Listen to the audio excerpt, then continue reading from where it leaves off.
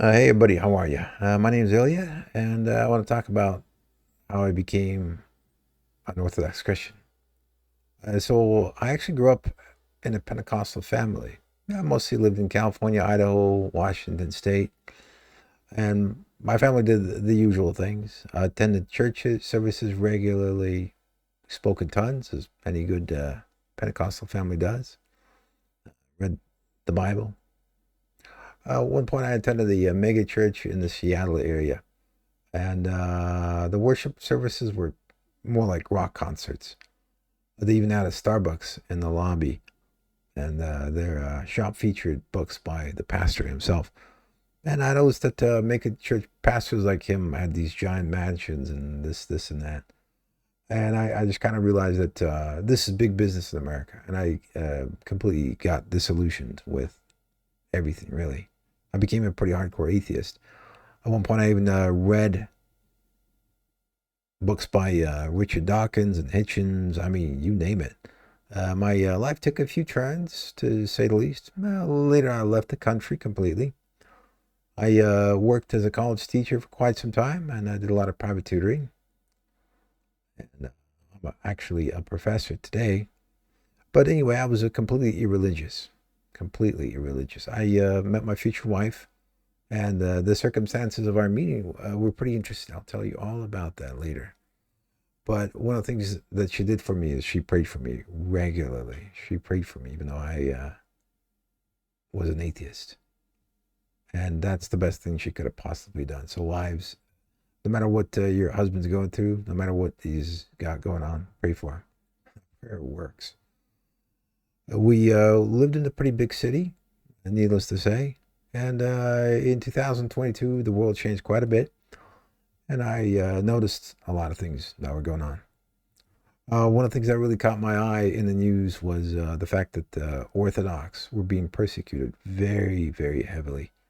And what was interesting was the fact that even though they were persecuting the Orthodox, they were kind of leaving the Protestants and Catholics alone. I just was kind of wondering, well, why is that? What's going on there?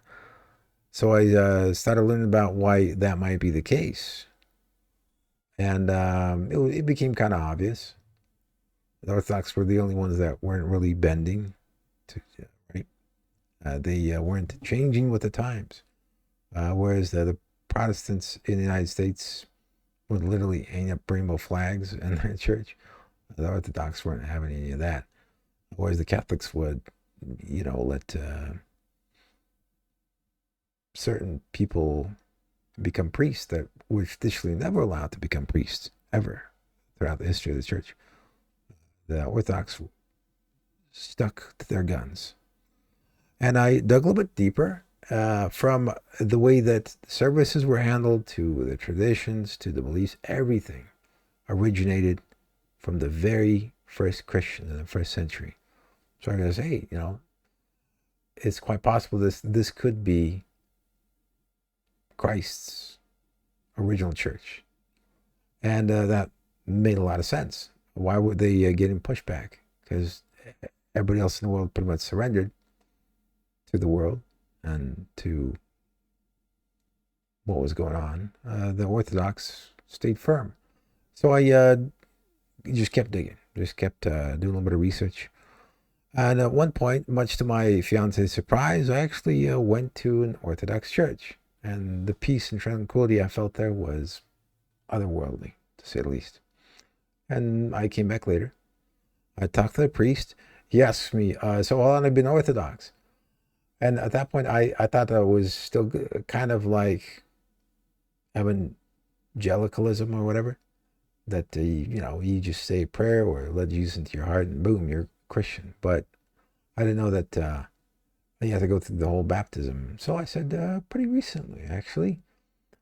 So he let me partake in confession, right? I don't partake until after you get baptized, but it's a miracle that the kind of grace that I experienced was something else. I walked out of that building. I walked out of there with like a completely different set of eyes. Like I started consuming a lot more spiritual things. Like nothing else interested me. Even the way I talked changed quite a bit. And I started reading more and more. And then it really dawned on me. Like, for example, you would read the lives of the saints, and some of the saints were pretty well off. They were pretty wealthy. They had it all. And they would give that up to go live in a cave and be an ascetic. Now it makes sense. Why? So anyway, over time, that incredible feeling as if nothing else in the world mattered, it faded because I kind of let the world back in. With between work, career, watching the news, and letting all of these other things in, it faded. But I wanted to know how to get that back. Right? It's quite possible that what I had experienced, this grace of God, it was maybe something, maybe like a little tiny taste of what the Orthodox call theosis. It's when you're so close to God that it's as if you're one with Him. It's possible that might have been it. And I realized, hey, this is the reason that we're here, right? And I wanted to know more. I wanted to know a lot more. So I was thinking, hey, I should just change everything. So I need to find people who are just as hardcore about it, right? And well, lo and behold, I found out about Father Joseph. I mean, he literally immigrated from the U.S. to an Orthodox country. Can you imagine learning a language as difficult as Russian, right? And just moving, being so hardcore that you literally move. So I visited him in a small town called Rostov the Great, and went to services. I was like, okay, this is awesome. This is great. I'm moving. I told my wife that we're moving literally from a top floor apartment, big apartment, to a little tiny 2-bedroom apartment in a small town in Russia. And we made it. We made the move. And what followed can best be described as like a basic military training like ordeal that I went through. My catechism. A catechism is kind of like a training session. And for about a year and a half, we went down these icy, snowy roads. Well, in the winter. I mean, it's not always snowy here. It's not always icy and cold here, by the way. But we went down these roads to go to Father Joseph's house so he can teach us and prepare us for the Orthodox way. And then finally the day came, our baptism. I'm going to share a video of what it was like. And that's just the beginning of our journey. I realized that the path of salvation is a process. It's a process. It's not just a one-time thing.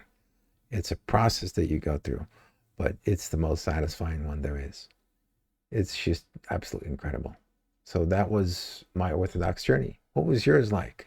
Feel free to share it in the comments. Was anything like mine? What made you go all in? Thanks for sharing. God bless everybody.